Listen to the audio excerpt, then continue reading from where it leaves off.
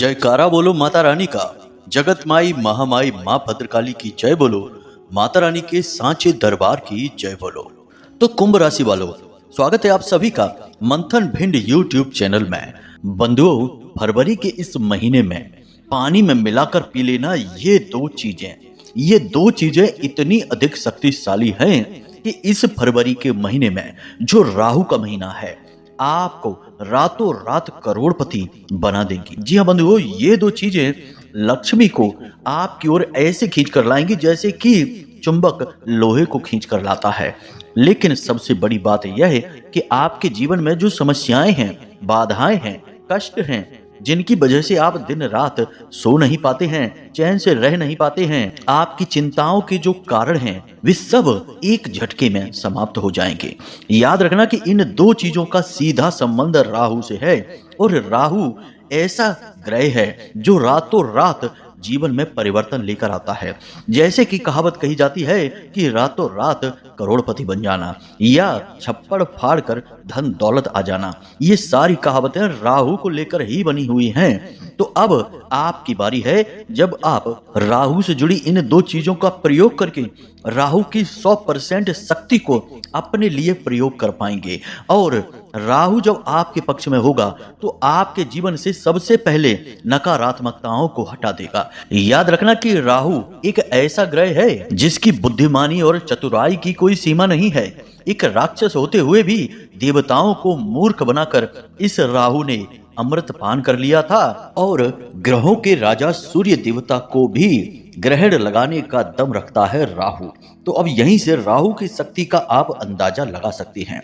अब एक बात यहाँ पर हम आपको बता दें कि राहु एक राक्षस ग्रह है, यानी कि जीवन में कलह क्लेश परेशानी दुख तकलीफ का सबसे बड़ा कारण राहु बनता है। लेकिन राहु के साथ अच्छी बात यह है कि यदि राहु को सकारात्मक कर लिया जाए या कुंडली में राहु ऐसे भाव में बैठा हो जहां लाभ प्राप्त हो रहा है या किसी शुभ भाव में बैठा है या शुभ ग्रह के साथ बैठा है, तब राहु जातक को राजाओं जैसा सुख देता है। तो अब राहु को अपने अनुकूल बनाने का क्या तरीका है? इसका तरीका है कुछ जरूरी विशेष उपाय और जीवन में कुछ जरूरी विशेष क्रियाएं जो आपको लगातार करनी होंगी। याद रखना कि जीवन में कभी कभार ही ऐसा समय आता है जो राहु से प्रेरित होता है और ऐसे समय में जातक यदि बुद्धिमानी से चले तो वह इतनी तरक्की हासिल कर लेता है कि फिर उसे कभी मुड़कर पीछे देखने की जरूरत ही नहीं पड़ती है। अभी आपके जीवन में वही समय चल रहा है जब राहु को आप अनुकूल बना सकते हैं और राहु के इस विशेष समय में अपने जीवन में क्रांतिकारी बदलाव ला सकते हैं। वैसे हम आपको बता दें कि राहु काफी हद तक अनुकूल हैं ही, क्योंकि वे शुक्र के साथ गोचर कर रहे हैं और शुक्र अपनी उच्च राशि में गोचर कर रहे हैं, यानी उच्च के शुक्र के साथ राहु का गोचर अत्यंत शुभ होता है। हमने पहले ही कहा कि जिस ग्रह के साथ राहु गोचर करते हैं उसी ग्रह जैसे परिणाम देने लगते हैं। अब उच्च के शुक्र हमेशा अच्छे परिणाम देते हैं तो राहु भी अच्छे परिणाम ही देंगे, परंतु जीवन में ठहरी नकारात्मकताओं की वजह से राहु का प्रभाव भी नकारात्मक हो सकता है या हो सकता है कि आपको इसके लाभ मिले ही ना। कई बार लोग हमसे कहते हैं कि गुरुजी आप कहते हैं कि अच्छा समय चल रहा है, ग्रहों की स्थिति अच्छी चल रही है, अच्छे योग बन रहे हैं, लेकिन हमें तो अच्छा कुछ दिख नहीं रहा है, तो ऐसा कैसे हो रहा है? तो हम उनसे कहते हैं कि तुम्हारे जीवन में नकारात्मकताएं हैं, उन्हें साफ नहीं करेंगे, हटाएंगे नहीं, तब तक शुभ ग्रहों की जो अच्छी घटनाएं हैं, कड़ियां हैं, वे आप तक नहीं पहुंच पाएंगी। जी हाँ बंधु, तो अब ऐसा ही कुछ आपके साथ भी हो रहा है। आपको राहु से पूरे लाभ प्राप्त करने के लिए जीवन में कुछ जरूरी बदलाव करने होंगे। तो बस आज के इस कार्यक्रम में हम आपको सबसे पहले तो राहु के अनुसार आपको कौन से जरूरी बदलाव करने हैं अपने जीवन में, इस विषय पर ज्ञान देंगे। उसके बाद कुछ जरूरी कार्य गुप्त रूप से आपको अनिवार्य हैं, करने ही हैं लगातार। इससे राहु जीवन भर आपके लिए पॉजिटिव ही रहेगा और आपकी जो तरक्की होनी शुरू होगी वह लगातार होती ही रहेगी, कभी रुकेगी नहीं। तीसरा कि हम आपको बताएंगे इन दो चीजों के विषय में जिन्हें आपको पानी में मिलाकर पीना है और आप देखेंगे कि कैसे राहु के पॉजिटिव रिजल्ट आपके जीवन में आने शुरू हो जाते हैं। अब एक छोटी सी बात पहले ही आपको हम बता देते हैं, हिंट है ये कि राहु भगवान विष्णु का बहुत बड़ा शत्रु है।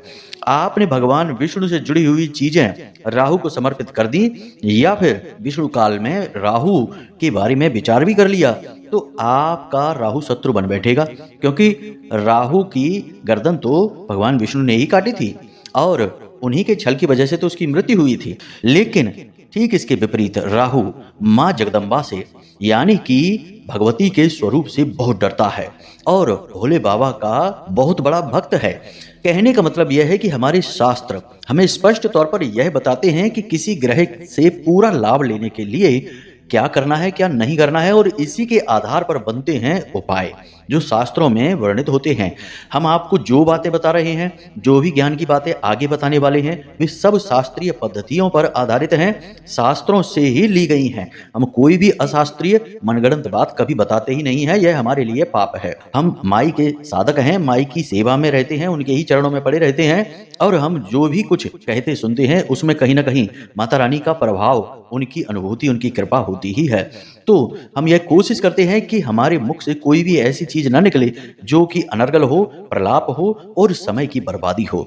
उम्मीद करते हैं कि यहाँ तक आपको सारी बातें समझ में आ गई हैं। अब यदि आपको सचमुच में अपने जीवन में कुछ बड़े बदलाव लेकर आने हैं, समस्याओं से मुक्ति प्राप्त करनी है, छुटकारा प्राप्त करना है और एक नई दिशा में आगे बढ़ना है जहां केवल खुशियां ही खुशियां हैं, स्वर्ग जैसा जीवन है, तो आज आपको इस कार्यक्रम को अंत तक देखना ही होगा, हर हाल में देखना होगा। आपने अगर आज इस कार्यक्रम को छोड़ दिया तो हम आपसे कहते हैं कि यह आपके जीवन की सबसे बड़ी भूलों में से एक होगी और इसकी कीमत आपको जीवन भर चुकानी पड़ेगी।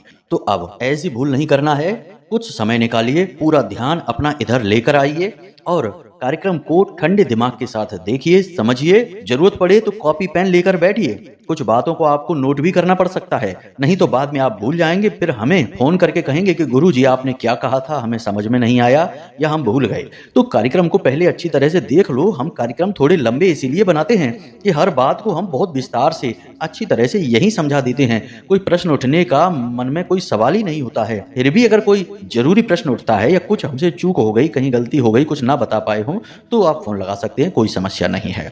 तो चलिए बंधु, उम्मीद करते हैं कि आप यहाँ तक सारी बातें समझ चुके हैं। अब कार्यक्रम में अंत तक अवश्य ठहरेंगे। तो चलिए आज के इस विशेष और बेहद ही शुभ कार्यक्रम की शुरुआत करते हैं। महामाई को याद करते हुए कमेंट बॉक्स में पूरे भक्ति भाव के साथ लिख डालिए, जय मां भद्रकाली कृपा करो। महामाई निश्चित तौर पर आपके ऊपर कृपा करेगी और आपका जीवन बदलेगा, हमें पूर्ण विश्वास है। इसी के साथ साथ यदि आप आज इस कार्यक्रम पर पहली बार आए हैं तो यह आपका बहुत बड़ा सौभाग्य है। माता रानी खुद आपको खींचकर, आपका हाथ पकड़कर यहाँ लेकर आई हैं, क्योंकि अब आपके दुखों का अंत होने वाला है। यह ज्ञान, यह जो कार्यक्रम है, यह सब कुछ माई के धाम से प्रसारित हो रहा है और इसमें शुद्ध धार्मिक बातें हैं, कोई अनर्गल प्रलाप नहीं है। जीवन को बदलने वाला ज्ञान है। हजारों लाखों लोगों के जीवन को इस कार्यक्रम के माध्यम से बदला गया है और आगे भी बदलता रहेगा यह जीवन। तो बस अब आपकी बारी है। तो बस आपको करना यह है कि इस चैनल को अभी इसी वक्त सब्सक्राइब कर लीजिए, परिवार के हिस्से बन जाइए। आगे भी आपको हमारी जरूरत पड़ेगी, हम आपकी सेवा में हमेशा तैयार रहेंगे, क्योंकि हमारा उद्देश्य है जनता के दुखों को दूर करना महामाई की कृपा से, उनके आदेश अनुसार। तो चलिए जल्दी से चैनल को सब्सक्राइब करिए और कमेंट बॉक्स में लिख दीजिए कि मैं भी माई के परिवार का हिस्सा हूं। ऐसा लिखते ही हमें बहुत अच्छा लगेगा, हमें पता चल जाएगा कि हमने माई के इस परिवार को और बड़ा बना दिया है, इसमें कुछ नए बालक बालिकाएं और जोड़ दी हैं। तो चलिए बंधुओं, जल्दी से चैनल को सब्सक्राइब करके कमेंट बॉक्स में लिख डालिए कि मैं भी माई के परिवार का हिस्सा हूं। तो बस अब चलिए अपने मूल विषय को प्रारंभ करते हैं। अब ध्यान से सुनिए बंधुओं, अगर आप अब भी सोच रहे हैं कि कुंडली का विश्लेषण कराएं कि नहीं कराएं, क्यों कराएं, क्या जरूरत है कुंडली विश्लेषण कराने की, तो ध्यान से सुनिए। आप इस समय 3 तरीके की स्थितियों में फंसे हुए हैं। एक स्थिति तो यह है कि आपके ऊपर बहुत कर्जा है, व्यापार चल नहीं रहा है, घर में भी क्लेश रहता है, रिश्ते नातों में भी उथल पुथल मची हुई है। तो अब इस स्थिति में आप कैसे फंसे? कोई ना कोई ग्रह था जिसने परेशान किया, तो इससे बाहर निकलने का मार्ग क्या है? कुंडली में छुपा हुआ है, इसलिए कराइए। दूसरा कि आप कुछ जीवन में करना चाहते हैं, निर्णय ले नहीं पा रहे हैं, समझ में आ नहीं रहा है कि क्या करें क्या ना करें, तो इस स्थिति में श्रेष्ठ मार्गदर्शन कौन करेगा? आपके ग्रह, आपकी कुंडली। तीसरा कि आपकी जिंदगी में आपने सब कुछ हासिल कर लिया है, कामयाबी भी हासिल कर ली है, रिश्ते नातों में भी सुख शांति है, परंतु आपके मन में एक बेचैनी है, क्योंकि अब तक शायद आपने वह हासिल नहीं कर पाया जिसके लिए आपका जन्म इस धरती पर हुआ था, यानी कि अपने सही उद्देश्य को आप अब तक हासिल नहीं कर पाए हैं। तो वह उद्देश्य क्या है, क्यों आप इस धरती में, इस संसार में आए हैं, उस उद्देश्य को जानना है। इसको जानने के लिए आपको कुंडली दिखानी है। तो आपके जीवन में जो भी परिस्थितियां हैं, इन परिस्थितियों के सही कारण और उनके निवारण को केवल आपकी कुंडली बता सकती है, इसलिए आपको कुंडली दिखानी है। तो बस अगर आप ऐसी परिस्थितियों में हैं तो नंबर हमने वीडियो में दे रखे हैं, किसी भी नंबर पर 10 बजे से 4 बजे के बीच फोन लगाइए, छोटी सी दक्षिणा देने के बाद अपनी कुंडली का श्रेष्ठतम आकलन करा लीजिए। जय माई की। जो भी बातें अब हम आपको बताने वाले हैं, इनमें कई तरह की परतें होंगी, कई तरह के इसमें रूप होंगे अलग अलग बातों के, तो इन्हें समझना होगा आपको। सबसे पहले बात करते हैं कि राहु शुभ और अशुभ कैसे हो जाता है एक झटके में। जैसे ही आप निराशा में डूबते हैं, नकारात्मक भावनाओं में डूबते हैं, अपने जीवन के प्रति उदासीन हो जाते हैं, दुखी हो जाते हैं, आपका राहु नकारात्मक हो जाता है। राहु आशा पर चलता है, उम्मीद पे चलता है। आपके मन में नई उम्मीदें हैं, आशाएं हैं, आशा की एक किरण भी है, तो आपका राहु सकारात्मक है। इसीलिए बड़े बुजुर्ग हमेशा यह बात कहते थे कि उम्मीद कभी नहीं छोड़नी चाहिए, क्योंकि जिसने उम्मीद छोड़ दी उसका राहु तुरंत नकारात्मक हो गया और फिर वह आपको भयंकर नकारात्मक विचारों में डुबा देगा, डिप्रेशन में डाल देगा। और कुछ लोग तो गलत कर्म भी कर बैठते हैं, जिसके बारे में हम बोलना नहीं चाहते हैं, आप खुद ही समझदार हैं। तो ऐसा नहीं करना है। राहु किसी भी हद तक आपको परेशान कर सकता है, दुखी, प्रताड़ित कर सकता है और किसी भी हद तक आपको सुख दे सकता है, इसकी कोई सीमा नहीं है। तो राहु को नकारात्मक कभी ना होने दें। अपने मन में हमेशा सकारात्मक विचार रखें, हमेशा पॉजिटिव रहें और कुछ अच्छा जीवन में होगा, इस बात की उम्मीद हमेशा बनाकर रखें। अब आप कहेंगे कि हमारे जीवन में तो लगातार कष्ट हैं, घाटे पर घाटा होता जा रहा है, कर्जा बढ़ता जा रहा है, काम धंधे व्यापार चल नहीं रहे हैं और आप कहते हैं कि उम्मीद बनाकर रखिए। कैसे उम्मीद बनाकर रखें? तो बंधुओं, आप खुद ही समझिए। अब बुद्धिमानी वाली बात है, जरा इसे आप ध्यान से समझना कि जब स्थितियां सकारात्मक हैं, सब कुछ जीवन में अच्छा चल रहा है, तब तो उम्मीद कोई भी बना सकता है, इसमें आपकी परीक्षा कहाँ है। लेकिन जब परिस्थितियां नकारात्मक हैं, सब कुछ बुरा बुरा ही हो रहा है जीवन में, ऐसे में उम्मीद को बनाकर रखना बहादुरी का काम है। और यही बहादुरी आपके अंदर हमने देखी है। जैसे कि हमने आपकी राशि का अध्ययन किया है, आपको समझा है, आपके जीवन के उतार चढ़ाव को जाना है। हम जानते हैं कि आपके अंदर हमेशा एक उम्मीद की किरण बाकी रहती है। आप अपनी परेशानियों से तो कभी दुखी नहीं होते हैं, आप दुखी होते हैं आपके अपनों के द्वारा की गई बातों से, उनके द्वारा किए गए कार्यों से, उनकी हरकतों से आप दुखी होते हैं। आपके दुख का कारण यह नहीं कि आप परेशान हैं, आपके दुख का कारण यह है कि आपके जो अपने हैं वे आपको हमेशा छलने का प्रयास करते रहते हैं, हमेशा आपका फायदा उठाने की कोशिश करते हैं। उन्होंने कभी आपको नहीं समझा और फिर ऐसे लोग ऐसी ऐसी बातें कह देते हैं जो आपके दिल में चुभ जाती हैं। यानी कि आप अपनी परेशानी से नहीं, अपने अपनों से परेशान हैं। तो अब ऐसे में जब आपके ऊपर इन बातों का प्रभाव अधिक बढ़ जाता है, तो कभी कभी आप बहुत अधिक नकारात्मक हो जाते हैं, उम्मीद हार जाते हैं, दुखी हो जाते हैं, अकेले में बैठकर 2 आंसू भी बहा लेते हैं और फिर थोड़ी देर बाद उम्मीद जागती है और आंसू पहुंचकर चुपचाप मुस्कुराते हुए चेहरे के साथ दिल में गम को, तकलीफ को छुपाकर बाहर निकल आते हैं। तो ये जो स्थिति बनती है, इस स्थिति में राहु आपके लिए नकारात्मक हो जाता है। तो अब कहने का मतलब यह है कि अब से जैसे ही कोई इंसान आपके लिए ऐसी बात बोले जो आपको दुखी करती है, परेशान करती है, उस इंसान से तुरंत पीछा छुड़ा लीजिए। समझ लीजिए कि वह इंसान एक जोंक के समान है जो आपका खून पीना चाहता है, आपको बर्बाद करना चाहता है। मनोवैज्ञानिक तौर पर, दिमागी तौर पर वह आपको खोखला कर देगा और आपकी सारी शक्ति समाप्त कर देगा। तो उससे दूरी बनाने में ही भलाई है। उससे पीछा छुड़ा लेंगे तो आप हमेशा पॉजिटिव रहेंगे और पॉजिटिव रहेंगे तो आपके जीवन में अच्छी अच्छी घटनाएं घटनी शुरू हो जाएंगी। मतलब कहने का यह है कि सबसे पहले काम आपको अपने ऊपर ही शुरू करना होगा, खुद के विचारधारा को बदलना होगा, नकारात्मक गलत लोगों से दूर रहना होगा, चाहे कोई कितना ही अपना क्यों ना हो, खास से खास रिश्ता ही क्यों ना हो। यदि वह आपको प्रताड़ित करता है, बातों से दुखी करता है, आपका शोषण करता है, तो उससे दूरी बना लीजिए, मानसिक दूरी बना लीजिए। उतनी ही बात करिए 2 शब्दों वाली, उससे ज्यादा बात ना करिए, वरना वह आपको फिर से घेर लेगा और आपका शोषण कर लेगा। ऐसे लोगों से दूर रहना चाहिए। पहली चीज तो यह है। दूसरी चीज यह है कि आपको रोज सुबह जब आप सोकर जागें तो कम से कम आधे घंटे के लिए मौन रहना है। फोन नहीं देखना है, किसी से बात नहीं करनी है, कोई नाम स्मरण नहीं करना है, भजन नहीं सुनना है, कोई भी कार्य नहीं करना है। चुपचाप एकांत में एक जगह बैठकर आंखें बंद करके मौन हो जाना है, बैठ जाना है। और अगर सही लगे तो आप अपने घर की छत पर जा सकते हैं, कहीं किसी एकांत जगह पर जा सकते हैं। घर से बाहर जाने की कोई आवश्यकता ही नहीं है, घर में ही कुछ नहीं तो अपने बिस्तर पर ही बैठ जाइए। सूर्योदय से पहले जागिए, उस समय वैसे भी कम लोग ही जागते हैं तो शांति रहती है। उस समय आप अपने फ़ोन वोन को मत छूना, बिल्कुल शांति के साथ पालथी मारकर बैठ जाना है सुखासन में और आंखें बंद करके बस शांत रहना है। जो शांति आपके आसपास है उसे महसूस करना है। शांति में ही ईश्वर का वास होता है और उस ईश्वर को महसूस करना है जिसने इस संसार को बनाया है, आपको बनाया है, हमें बनाया है, जो हमारे अंदर है, आपके अंदर है, कण कण में विराजमान है। तो जो आपके अंदर भी रह रहा है उस ईश्वर को महसूस करना है, मतलब कि दिव्य आध्यात्मिक अनुभव लेना है। इससे आपके अंदर एक गजब की सकारात्मक ऊर्जा दौड़ेगी, आपका ऊर्जा क्षेत्र मजबूत हो जाएगा और आपका राहु भी गजब का सकारात्मक आपके लिए हो जाएगा। जैसी आपकी मन स्थिति वैसी ही आपकी परिस्थिति, और यह परिस्थिति निर्मित होती है आपकी ग्रहों की दशाओं के अनुसार, और ग्रहों की दशाएं आपके मन के अनुसार निर्मित होती हैं। जी हाँ बंधुओं, याद रखना, आप यदि नकारात्मक हैं तो हर ग्रह आपके लिए नकारात्मक हो जाएगा, चाहे कितना ही शुभ ग्रह क्यों ना हो। शुभ ग्रह शांत हो जाएगा और अशुभ ग्रह सक्रिय हो जाएगा। तो आपको ऐसे में अपने आप को संभालना है। तो यह कार्य प्रतिदिन आपको करना है और अपनी वाणी पर पूर्ण नियंत्रण रखना है। भावनाओं पर तो नियंत्रण आपको रखना ही रखना है। किसी को भी इतना अधिकार नहीं देना है कि उसकी दो बातें सुनकर आपका मन खराब हो जाए। ऐसे लोगों से दूरी बनानी है, हमने पहले ही कह दिया है।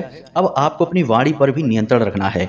हमेशा शुभ शब्द ही अपने लिए बोलिए, दूसरों से तो अच्छा बोलिए ही बोलिए, अपने लिए भी अच्छा बोलिए। भूल कर भी कभी ऐसे शब्द अपने मुख से ना निकालिए कि हमारी तो किस्मत ही खराब है, आज का तो दिन ही खराब है, ये दुनिया खराब है, हमारा तो वातावरण ही खराब है, अब हमारे जीवन में कुछ नहीं हो सकता, अब तो बस दुख ही देखना है, जिंदगी का अब कोई ठिकाना नहीं है। इस तरीके की बातें आपको भूल कर भी नहीं करनी हैं। याद रखना है कि जैसी आप बातें करते हैं वैसी ही आपकी मन की स्थिति बनती जाती है, और जैसी आपकी मन की स्थिति होती है वैसी ही आपकी परिस्थिति बनती जाती है।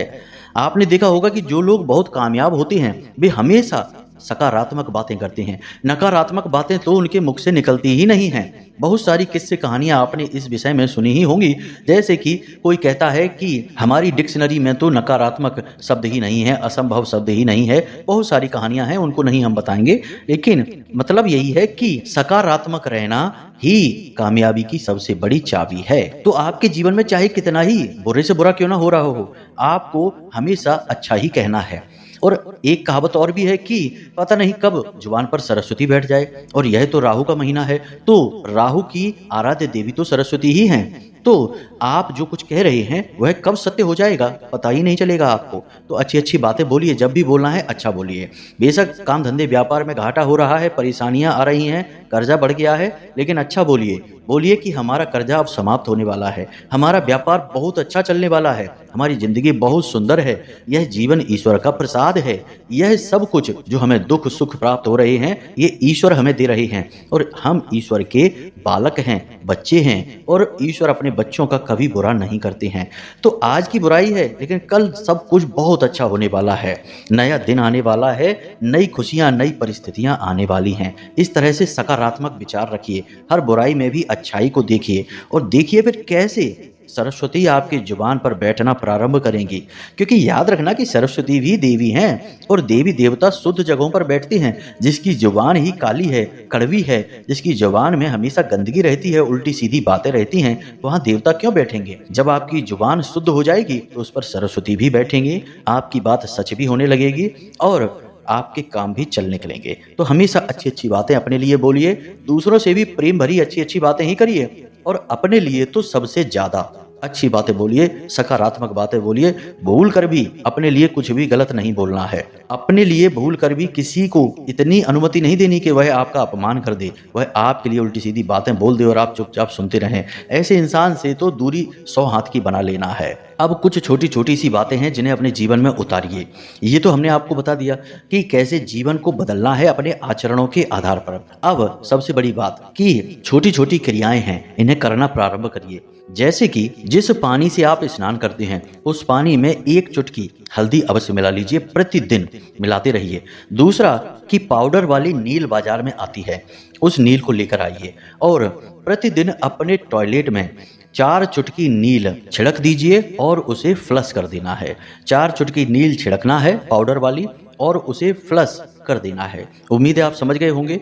इस तरह आपका नकारात्मक राहु सकारात्मक होना शुरू हो जाएगा। दूसरा, कुत्तों को प्रतिदिन भोजन कराना है। बिस्किट खिला सकते हैं, कुछ भी खिला सकते हैं, लेकिन कुत्तों को प्रतिदिन अवश्य कुछ ना कुछ खिलाते रहें। गलती से भी कुत्तों को मारें पीटे नहीं। जी हाँ बंधुओं, तो यहाँ तक हमने आपको सारी बातें समझा दी हैं कि किस तरह आप अपने आचार व्यवहार और तौर तरीकों से राहु को 100% शुभ बना लेंगे अपने लिए, और रातों रात राहु आपके लिए काम करना शुरू कर देगा। अब हम आपको बताते हैं इन दो चीजों के विषय में। हमने पहले ही आपसे कहा था कि राहु जो है वह भगवान विष्णु से, नारायण से सख्त नफरत करता है और भोले बाबा का यह दास है, बहुत बड़ा उनका सेवक है। असल में भोले बाबा का एक बहुत बड़ा एहसान भी है इस राहु के ऊपर। तो इस एहसान की वजह से ही यह भोले बाबा की बहुत भक्ति करता है। तो अब आपको क्या करना है, ध्यान से सुनिए। आपको एक रुद्राक्ष लेकर आना है बाजार से। रुद्राक्ष कोई भी हो, लेकिन अगर 5 मुखी रुद्राक्ष है तो सर्वोत्तम होगा। पंचमुखी रुद्राक्ष जो है यह पंच तत्वों का प्रतीक होता है, और यह संपूर्ण प्रकृति पंच तत्वों से ही मिलकर बनी है, जिन्हें हम 5 महाभूत कहते हैं। तो अब आपको प्रतिदिन यह रुद्राक्ष प्रयोग करना है। किस प्रकार प्रयोग करना है, जरा इसे ध्यान से समझिए। सबसे पहले आपको 5 मुखी रुद्राक्ष लेकर आना है। धारण नहीं करना है उसे, यह दिव्य रुद्राक्ष है, इसे आपको एक विशेष पद्धति से प्रयोग करना है। याद रखना कि रुद्राक्ष शुद्ध होना चाहिए, अशुद्ध नहीं। यह स्वयं भोले बाबा का प्रतीक होता है। ऐसे में यदि आप अशुद्ध रुद्राक्ष का प्रयोग करेंगे तो इसमें कई नकारात्मक ऊर्जाएं आपको परेशान करने लग जाएंगी। तो आपको क्या करना है, जरा ध्यान से सुनिए। 5 मुखी रुद्राक्ष लेकर आना है, इसे गंगा जल में डुबा देना है, फिर इसे गंगा जल से निकालकर पंचगव्य से इसका स्नान कराना है, जिसमें कि गाय का गोबर, गोमूत्र, गाय के दूध से ही बनने वाला दही, छाछ, गाय का दूध, घी और माखन वगैरह सब मिलाए जाते हैं। तो पंचगव्य से इसका स्नान कराने के बाद फिर से इसे गंगा जल में डुबाकर शुद्ध जल से धो देने के बाद यह पूर्ण रूप से शुद्ध हो जाएगा। अब इसे जागृत करने की आवश्यकता है। तो आपको इसे लेकर जाना है भोले बाबा के मंदिर में, और इसे सीधे ले जाकर रख देना है शिवलिंग के ऊपर। जी हाँ बंधुओं, शिवलिंग के ऊपर रखकर वहीं पर बैठकर रुद्राक्ष की माला के साथ आपको 11 माला ओम नमः शिवाय पंचाक्षरी मंत्र का जाप करना है। बस इतना करना है। उसके बाद इस रुद्राक्ष को लेना है और जलाधारी से बहने वाले पानी से इसे पुनः स्नान करा देना है। अब यह रुद्राक्ष पूर्ण रूप से जागृत हो चुका है। इसे आपको सफेद रंग के कपड़े में लपेट लेना है। कपड़ा साफ, स्वच्छ, नया होना चाहिए, सूती होना चाहिए। इसे लपेट लेना है और लाकर अपने पूजा घर में रख लेना है। इस रुद्राक्ष को आपको रात्रि के समय प्रतिदिन पानी में डाल देना है।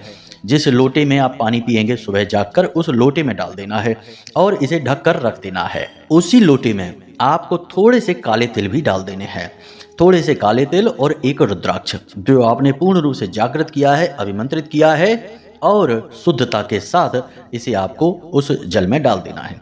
याद रखना कि जिस जल को आप प्रयोग करेंगे, जो पात्र होगा वह पूर्ण रूप से शुद्ध, स्वच्छ होना चाहिए, जूठा नहीं होना चाहिए, धुला हुआ होना चाहिए, और जो जल आप प्रयोग करेंगे वह भी शुद्ध होना चाहिए, जूठा जल नहीं होना चाहिए। अब उस पात्र में जल भरिए, उसमें उस रुद्राक्ष को डालिए, उसमें थोड़े से 1 चुटकी काले तिल डालिए, उसके बाद उसे ढककर रख दीजिए। इस पूरे फरवरी के महीने आपको यही करना है। सुबह सोकर जब आप जागें तो उस लोटे में से पानी को दूसरे पात्र में ले लें और उसे पी लें। उस लोटे को जूठा ना करें, उस बर्तन को जूठा ना करें, उसमें से पानी किसी अन्य बर्तन में ले लें और उस पानी को पूरा पी जाएं। जो रुद्राक्ष उठा है उसे फिर से सफ़ेद कपड़े में लपेटकर अपने पूजा घर में भोले बाबा के फोटो के पास रख दीजिए, और जो तिल हैं उन्हें आप जो आपके घर में बेल पत्र का पौधा है उसकी जड़ में डाल दीजिए। 2-4 तिल होंगे, ज़्यादा नहीं होंगे। बस इतना सा आपको करना है। प्रतिदिन पूरे फरवरी के महीने इस पानी को आपको पीना है। आप गजब का चमत्कार महसूस करेंगे। पहले ही दिन जब आप इस क्रिया को करेंगे आपको इसका प्रभाव महसूस होगा।